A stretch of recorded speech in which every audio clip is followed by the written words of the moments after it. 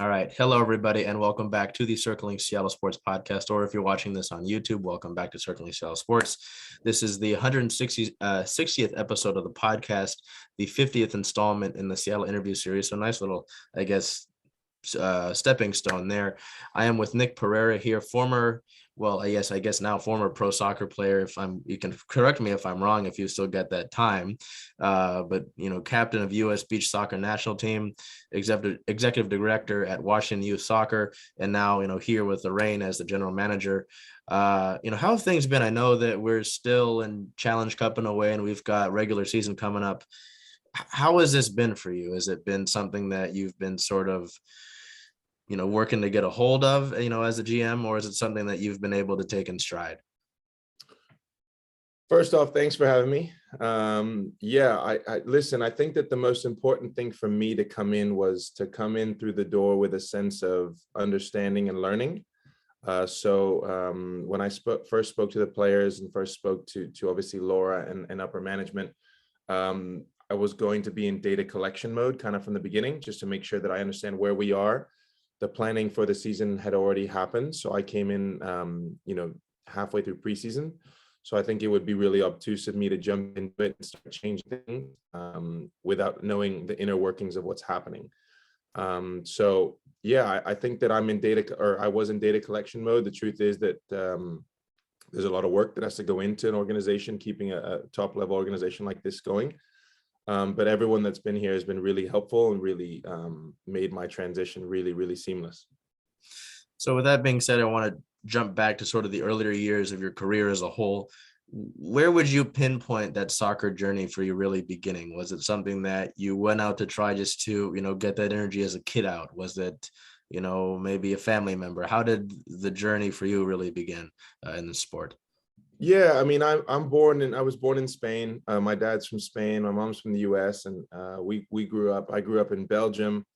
And my dad was a soccer player, not at any professional level, but he just played all the time. And so that was our first way of going outside and knocking the ball around together. And then truthfully, I don't really recall doing a lot of other activities that I ever enjoyed quite as much as playing soccer. So it was something where I would try something for a couple of weeks, see if I liked it. I didn't, or it's not that I didn't, it just wasn't the same feel. So no, I've been playing ever since. I'm the kind of person that if someone says there's a pickup game outside, I'm going. I want to be at the fields. I want to watch the athletes play. I want to play if I can. So it's all about it, all about the sport, and I'm watching it all day. I'm talking about it all day. So it really kind of has been one of the constants since I was a kid. And so, with that being said, I know that I want to talk to you about it in regards to your current position, but I would say that your fluency, and you can correct me if it's not too fluid with some of them, but your fluency in 6 languages really helped you throughout your career, because I know you touched on Belgium, but just, obviously you talked about it, this football is just the world's game, truly. So just how would you say that may have played any influence really in your career as you've, taken the different steps of your life? No, I think it's pivotal, to be honest with you. I think that it's something that I'm extremely proud of, but it's also something I'm really fortunate because it was more of a set of circumstances that made it happen, as opposed to, I don't know, me just being really smart. It was, I grew up in Belgium. My mom spoke English, my dad spoke Spanish. So I've had two languages from birth. Belgium has 2 other languages, right? French and Dutch. So I grew up learning those because we lived in one part of the country that spoke Dutch, but I went to school in the other part that spoke French. So I was very fortunate by the circumstances that were laid before me.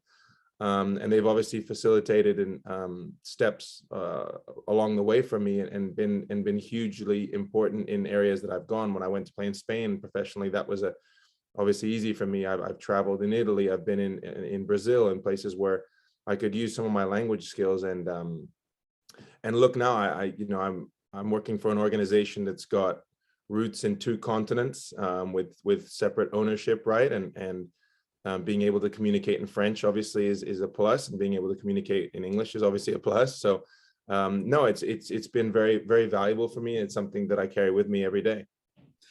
And so, you touched on your playing career, obviously, and now I want to shift to that.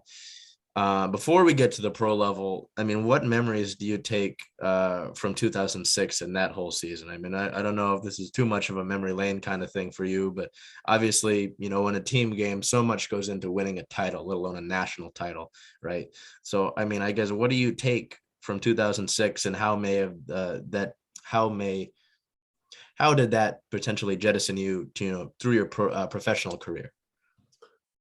I think that 2006 in particular was a special moment for me because when I was in Europe, I had no idea what college soccer was. Very few people in Europe at the time did. I think now it's more of a conversation because some athletes, especially, are looking at, if I don't crack into the first team early, I'll go to the US and try it with an education things. And so it's a step that's not impossible now, but at the time I had no idea what it was. So I actually got cut my first year. I tried to walk on in 2004.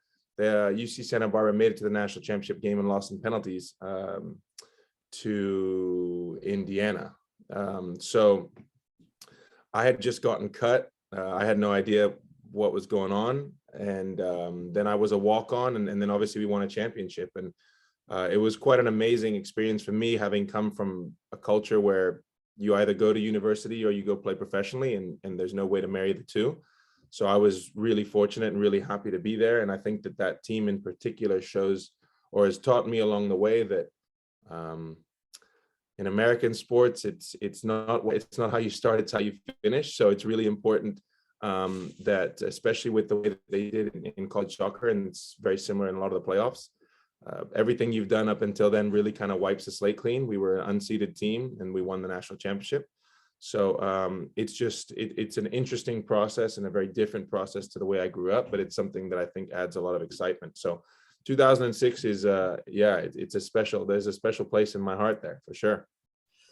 And so you touched on it. I'm interested in your thoughts. I know that, you know, here in the States, you know, drafts, you know, obviously, if we look at it in this regard, the NFL draft is coming up here soon, right? I mean, obviously NWSL draft a little bit ago. I know that's something that is pretty is mostly home here in the US with the idea of a draft. I mean, what are your, I guess, thoughts on that as obviously a player and now someone who's been in executive roles, just the thoughts of a draft? I know that some people, you know, in not only the NWSL fan base, but outside of that have kind of said, hey, why are we doing this? You know, but I'm sure it's more of an Americanized thing. Do you have thoughts on that, or?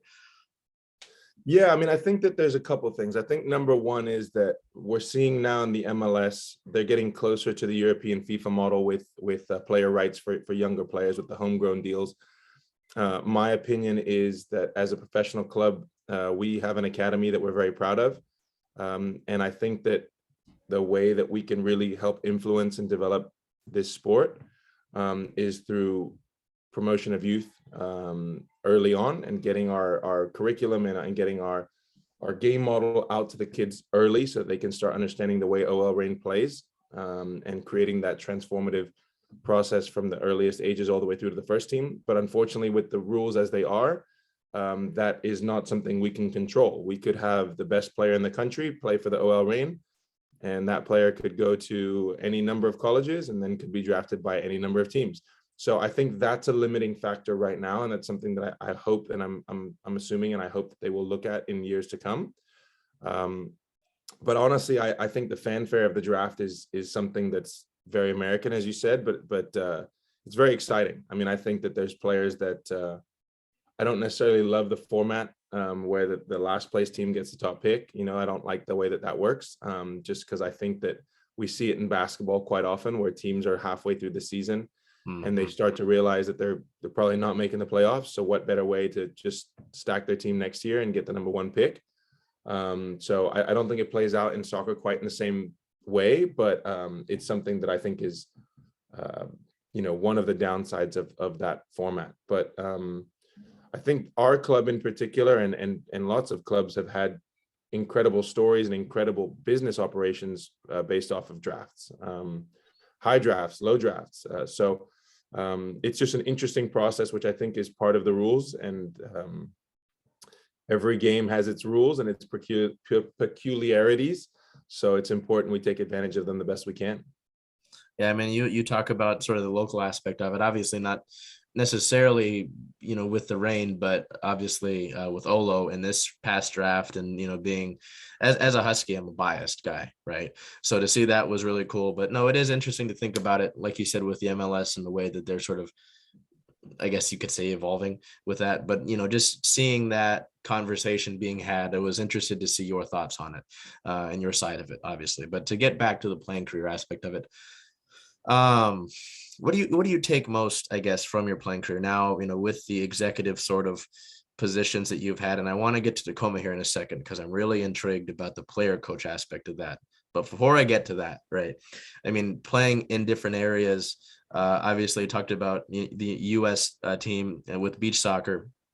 What do you carry over most from that, whether it be accolades, or being able to visit these different places? I know for some people that go over and play in different countries, it's being able to experience the different cultures, right? Would you say that you take most from your playing career, and I guess some of the most fun comparisons you've seen between the different leagues that you've been in?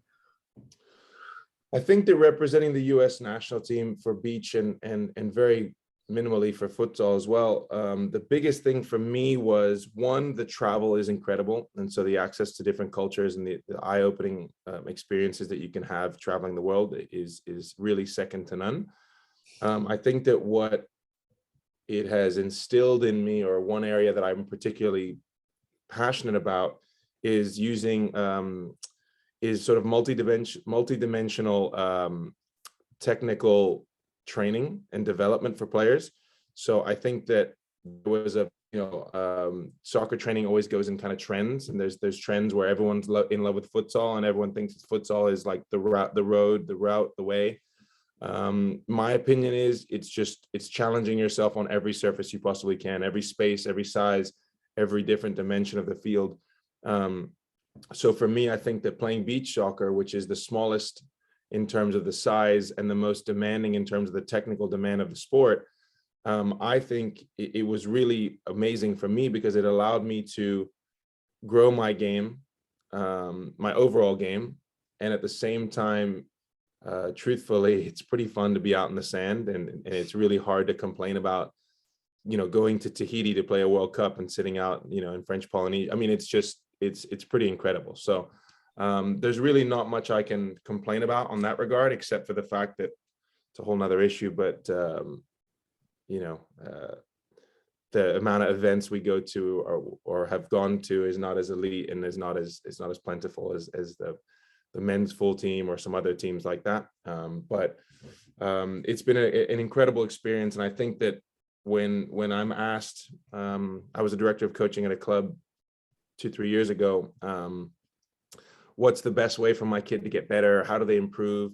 My thing is just play soccer, play indoor, play outdoor, play futsal, play beach, play soccer. The more soccer you're playing, and the more different rules there are to the games, and the more things you've got to adapt to, the better. You're not going to get worse from playing indoor. You're not going to get worse from playing futsal or beach. You're only going to get better. And it's going to sharpen different areas of your game. So that's what I always enjoyed, was that there was a constant mental challenge of it, and a technical challenge too. I think that there's the reason that some athletes burn out early with one sport is, if you never try any modalities, then there's a chance that you could kind of feel like you've run into a lot of scenarios and there's nothing different about it.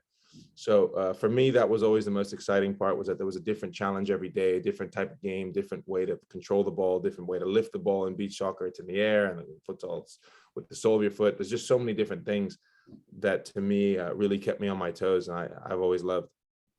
I like that you touched on indoor, because I remember, as someone who played a lot of, I guess, I don't know if you'd call it traditional soccer, right? Trying to adapt to that, figure out what I could do differently on the indoor game. And that brought back some good memories. So that was fun. And I do like that you touched on that, because like you said, you burn out on one thing if you're doing it again and again and again, and you're not looking at it. So I do like that you touched on that. So I do want to touch on Tacoma now, in reading about it, playing there, but also the coaching it. How did you juggle that? I'm really interested to see that, because again, if I did my research correctly, it said you were playing obviously with the Stars, but then also in a coaching role during that same time. What was that like for you? Was there any sort of, jokes between teammates? It's like, hey, you're my teammate, but also my coach. How did that whole experience work out for you? I'd say that's probably the most challenging role I've had up and to date. Obviously, the new role I'm in now, I'm getting acclimated to the demands. But in terms of my playing career, that was probably the most challenging in terms of managing that aspect, the one that you referenced, which is that there's two different people in the room. There's one person that makes human error and that's playing on the field with you, and that there's going to be a ton of mistakes, especially because I played in an offensive area. So as an attacking player, there's going to be more mistakes than there are usually as a defensive player, because there's more, the chances of you creating things is lower. The opponents are a bit more prone to limit space and time. So there's that person that's in the room. And there's also the person in the room that's trying to put together a strategy or game model for you to win on the specific night, who needs to be able to implement that style without conflict, right? I mean, that's the truth, is that any coach has to have their opinions on the mat, on the game. And that's the beautiful thing about this sport, is that everybody's got their own opinions about endless numbers of scenarios, and each scenario could have a different answer for a different coach. But that coach has to know that at the end of the day, their vision is the one that matters, because they're the ones calling the shots. And so there was a difficulty there. But I will say that my teammates at the time were very, very understanding of the difficulty, and were accommodating of it, because it could have gone far worse. I'll say it like that. It could have been far worse. And so before I want to switch over to the current position, what are some of the more important lessons that you took from that playing career before it was finally time, I guess, to, take the boots and, fully tie them up, really, I guess? Because again, like you said, you're the kind of guy that if you hear a pickup games outside, you're going out there, which I would love to be able to do that, but I guess what are some of the more important things that you may have taken over, to your newer roles and sort of like I guess the executive aspect of it? Well, first off, I'm not sure that the boots are all the way hung up, because indoor soccer starts up in November, December, and goes to February, March. So the timelines for NWSL aren't terrible. So that's still up in the debate, up for debate, and haven't really made a kick on. Indoors over now, NWSL is fully in, and NWSL was always priority number one, even when indoor was playing now. So there's no concerns there, but I'm not sure that chapter is completely closed. But I would say that the biggest area that I was able to understand, which very few players can usually see, is that there's a difference between what's best for the club, what's best for the player, what's best for the organization, right? There's always a differentiating factor in there. And I think that as players, very often you think, what's best for me, what's best for the team, and that's what we should do at all times, and that's what makes sense.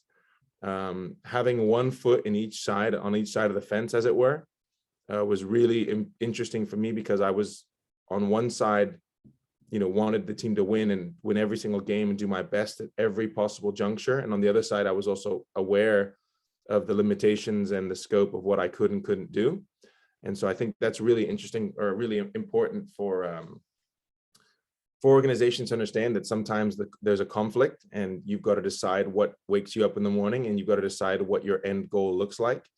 And so being able to be in the position where I had to make that decision as an organization, and at the same time trying to benefit the players and do that as a player, I think that was really interesting and eye-opening for me.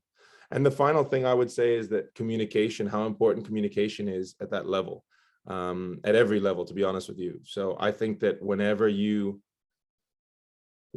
clear in your thoughts and your messaging, and starts out with a vision of what you want it to look like, and you're able to transmit that appropriately, that's one of the things I think Laura is so fantastic at. It's very clear what she's after, or what the staff is after. I think it's really clear as a player to buy in, and how you buy in, because there's no mixed messages, there's no indirect signals, there's no like, I'm not sure on this scenario. No, it's pretty cut and dry. We know exactly how we want to play. We know why we want to play. You know where you stand. You know what you're going to do. I think that's key. So I had to learn that in the trenches, and now I get to watch one of the best in the business do it daily. It is cool, as someone who, at least for me, communication and everything, whether it's, obviously getting an interview like this set up, or, working to get the shows that we do all, properly together, any of that stuff, how big communication is. It really is cool to hear that, just like in anything else on your level, that's something that's still, a precedent that has to be set. So now getting over to our reign, how did that all fall into the place? How did, the new title for you really come into play? Was that something that you applied for? Was that something you were reached out to? How much of that can you share? How did your current role, fall in, all the pieces fall together? Well, I think that it started out when I was the CEO or executive director of Washington Youth Soccer. We were trying to forge a relationship with the Reign because we knew that two things. We knew, one, what a fantastic organization the Reign was, the OL Reign was. And we also knew on a separate side that we wanted to impact and help the development of women's soccer, girls soccer, youth soccer in the state of Washington. And what better way to partner through, better way to promote the game than to help complete the pyramid at the top end of the program. So we had a kind of an initial relationship there that we were working on. And I know that Washington Youth Soccer had to push it back, but I'm fairly certain that at the end of the year, they will have a 50th anniversary for the celebration of women's soccer in the state of Washington. Washington was one of the earliest states to adopt girls soccer and women's soccer and youth soccer.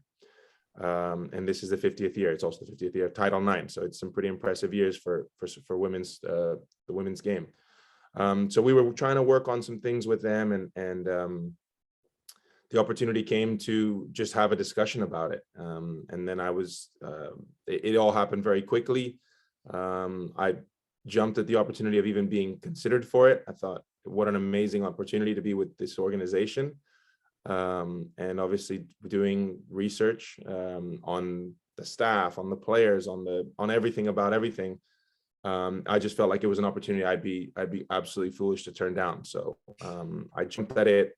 I went through, had to interview several times, speak to key stakeholders, and it was all, like I said, I loved it. I mean, I was so excited to even just be involved in the process, and I thought it was a wonderful opportunity for me and my family, and also an opportunity for someone who has lived multiple cultures, the American culture and the European culture, to kind of tie together what was an organization that was born out of an American owner and then taken over by a European owner. So I thought that I was in a position as well to bring something somewhat unique to the table, and that I've lived in both, understand both, and I'm able to, hopefully, marry them well. And so I think you touched on it just a quick bit there, but with the group that was coming off of securing the second spot last year in NWSL, obviously not the result anybody wanted in the semifinal last year of the playoffs, but still a group relatively that didn't lose, I guess, a ton of people. Obviously losing Ushini, Maro, tough to lose players of that caliber, but still a group. You look at, I mean, I can't really just say anybody, because I mean that's a whole group of talent, but you come into that role and you talked about being in sort of a data collections mode. What was your initial impression of this roster? Because like I said, I mean, just from looking at it and just, again, gaining information around the league, it seems like there's a lot of people that see this group as a favorite and a contender. Obviously, the whole regular season has to be played before we get to any of that.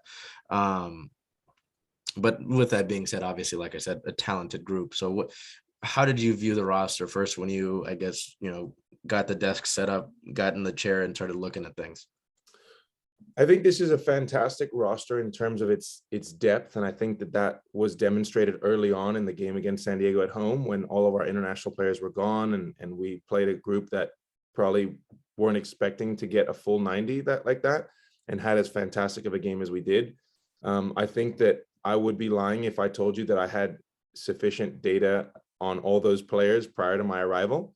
So it's taken me still some time to watch training and try to gain more knowledge, and Laura's been very, very helpful on that in terms of understanding the who's who, not just in our group but around the league. I've obviously followed the women's game for years, so I know what's around the league, but in terms of watching them day in, day out, their tendencies, and then gathering a sort of psychological understanding of where they are as humans and what they're after, has taken some time and will continue to take time. But I think that I really dislike the idea that there's a favorite already, because I think what this league has shown us in the little time that I've been in it is that every team on the night is it could be, I mean, there are no easy games in the NWSL. That's not a thing. And whenever you try to predict score lines or think that things are a certain way, you're wrong. So I think that it's very easy and appealing for someone to look at our group and say, yeah, they went undefeated for 6 games. Well, it's easy. They're going to win the whole thing. I think that kind of talk is dangerous. And I think that the reality is that the reason this group is successful and has been successful is because they take daily grind. They're at it every single day at training. Laura, Sam, Rocky, the staff is Josh are making sure that every day of training is a good day of training, that they're leaving with growth every day. So I think that's the key. If we maintain that mindset as to how can we get better every day, I think then really good things are in store for us and for any organization that lives that way. So I think that we've got a roster of really fantastic players. We've got a really excellent technical staff. And I'm really excited to see where we can go with it. And I do like that you touch on that, because I've never really been a guy that picks a contender or picks a score line it just doesn't make sense to me, because across all the sports that we cover on the show, whether it's, the 7 pro teams in this city, right? In all those leagues, you've seen whether it's upsets or, favorites going down. It just doesn't make sense for me to really put a number on any of that. So I don't like doing that. But you talk about, obviously the day by day, and this is a group that, retained a lot of players. And there's still, if you look at the match injury reports over the last few weeks, there's still a ton of talent that can be added to this. So like you said, it's a long grind. And I never liked that approach. I don't really like looking at the whole contender aspect of it. I think that we've got a group of players that are hungry and they want to prove something, and they want to be out there daily, and they want to win soccer games, and they want to be around each other. I feel like from the outside, and I'm not on the inside of it, but from the outside, relative outside, right? I'm not on the inside of the locker room, but I think we've got a really united core of group of players that everyone we're all bought in. I think they enjoy each other. I think they like coming to training. They want to be around our technical staff. And I think that we're getting better and better and adding things to our game every match. It's fantastic to see the fact that we've got so many different scorers. I think is really important that we know that we can contribute from all areas of the field. So I'm really proud of the group so far, and I think that this is just the very, very beginning, and we've got a lot of growth to have. And there'll be some ups and there'll be some downs, and that's the way the sports business goes. And when things are high, it's important not to get too high, and when things are low, it's important not to get too low. So I think that's the rallying cry behind that. But at the end of the day, I think we've got a group of players that want to think that they can do something this year, and think that this could be a year where they could really push the envelope. And I think that we're trying as a staff to give them every opportunity available to us to do that.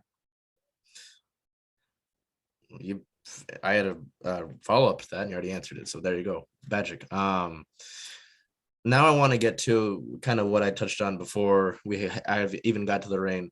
You talk about the sort of the ownership group of it, obviously with OL and the American roots of this club, but in terms of the roster, I know you talked about sort of analyzing the group and seeing how they work on the human being aspect of it. Has that language fluency helped you in communication with any of the players? Have you been able to use that yet, or do you think that's something that obviously, we look at the group, obviously players like Angelina, I could go on, but is that something that, and even potentially, I don't want to question you on it, because I'm sure that might not be something you can follow, you can speak on, but I know that last year with this group, the announcements of Eugenie, Mero, Booty, those didn't come until would have been late April or even May. So is that something that in the future you think that language fluency can really help you communicate with players on the roster going forward? Is that something that you might not be used as much as compared to the staff and more so other parts of the club? I think that I've chatted with Jimena in Spanish and chatted with Angelina in Portuguese, but I don't think that relationship would have in any way altered had we just spoken English, because I think both of them speak fantastic English and there's no issue there. I don't speak any Hungarian, so Gianni speaks great English. I think that the key there is that the signings that came over from OL last year, I think, were strategic in that was intended to forge a stronger relationship with the club and have an interchange. And I would assume that if we did undertake that route moving forward, that it would be helpful for any French-based players that were to come over, should that option occur, to have somebody who can speak them in their native tongue. Although our CEO Vincent also speaks French, so Kilian, our director of ops, also speaks French. So we have enough people around the club that can help out in that regard. And one of the things that I actually received a very kind, or I didn't, but we did as an organization, received a very kind note from one of the players that was here last year, was complimenting the strength of the locker room, and that our locker room in particular at OL Reign was the healthiest, happiest locker room that they had ever played with, and one that allowed players to really be themselves, and they didn't feel like they had to put on anything to blend into the locker room. So I think that's a huge compliment to the staff, as well as to the leadership groups in our locker room, as to what's important and why they're there. So.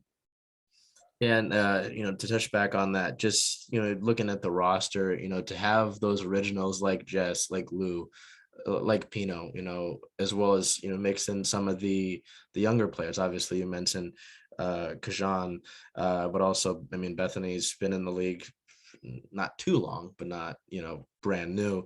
It is interesting to see sort of that makeup, and that is something that I've heard. You talked about getting that note from a player that was on the roster last year. Talking to a few players that are no longer on the roster last year as well, hearing how they felt that same sort of thing, and even players who have been off the roster for a year or two.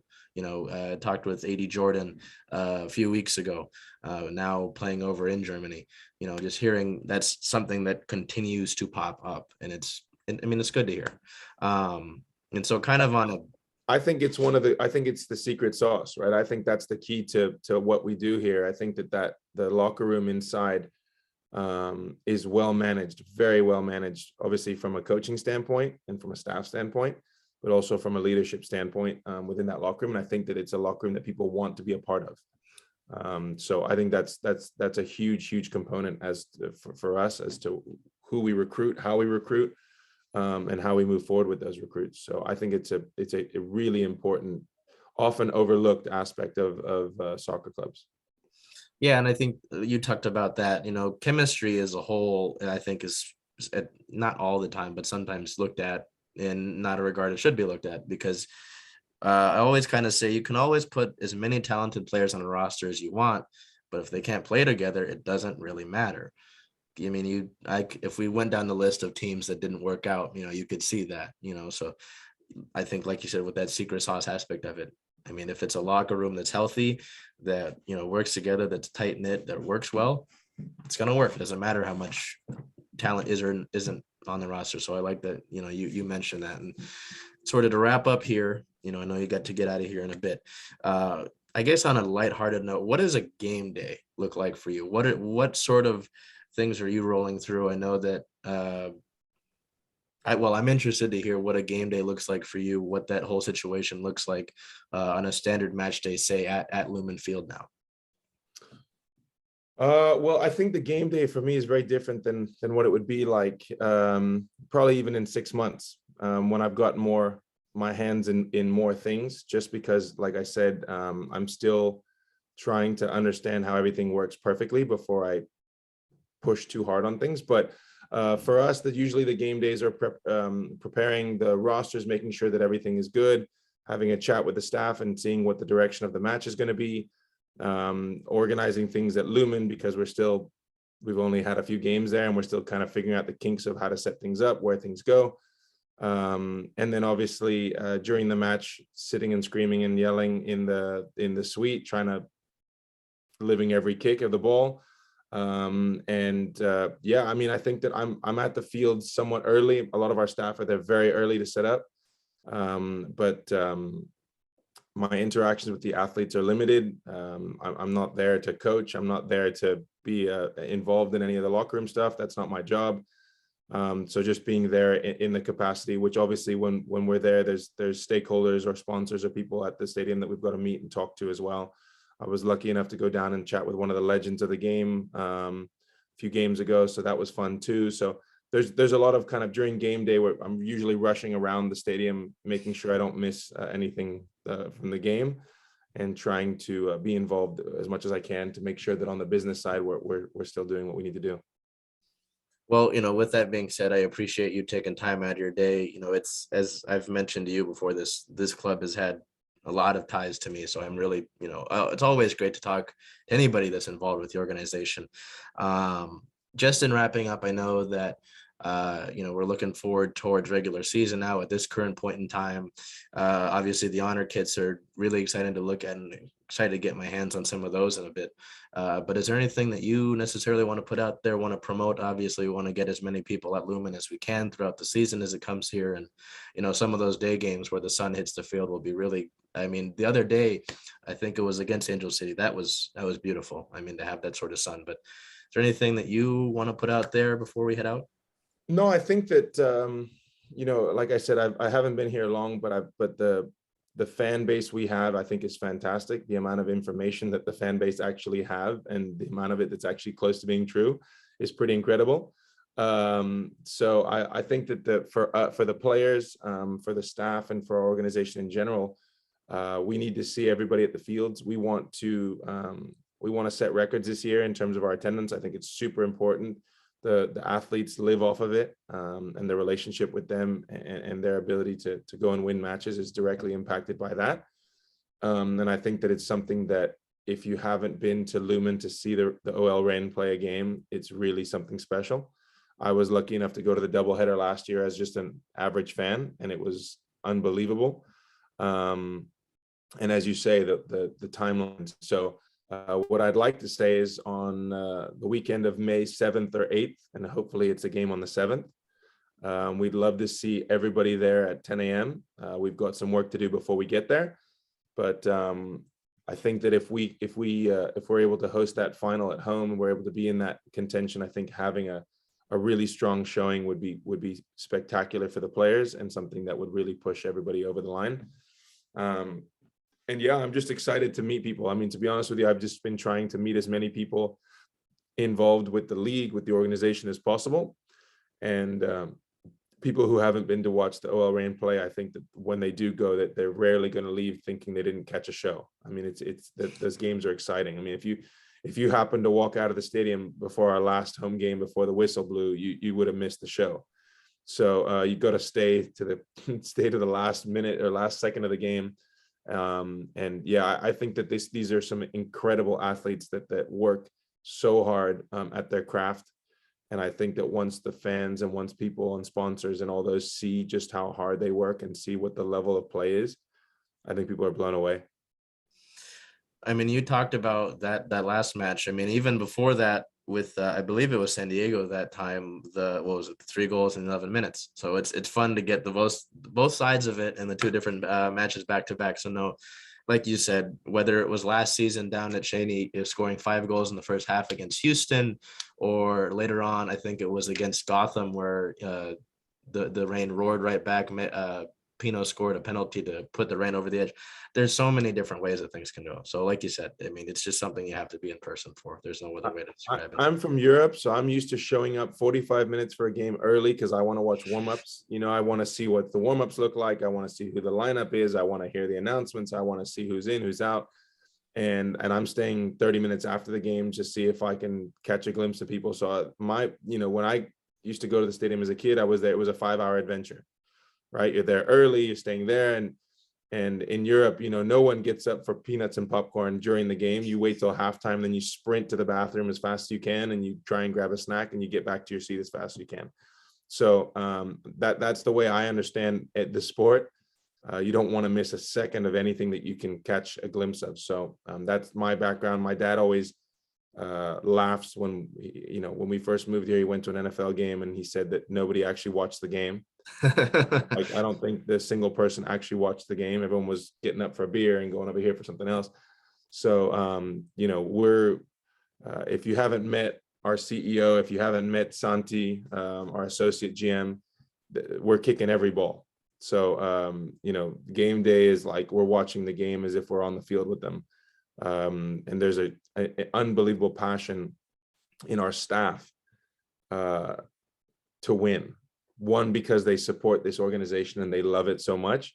And two, because of the emotional effect on the players. They want those players to do well. They care so much about the players, the well-being of the players. So I think we have a really special staff in that regard, and people who are really there for the right reason, who care about the team so much. So I'm really proud to be part of it. And I'm looking forward to meeting everybody at the game to come support this incredible team. You know, well, with you talking about all that, it just makes me even more excited for whether it's May 7th or May 8th, whatever, you know, may come to this club. So appreciate your time. Obviously, I got to get you out of here, but excited to, you know, hopefully see you throughout the season and, you know, again, see where the journey of this club goes. So thank you for your time, and I'm excited for the rest of the year. Thanks very much. Appreciate it.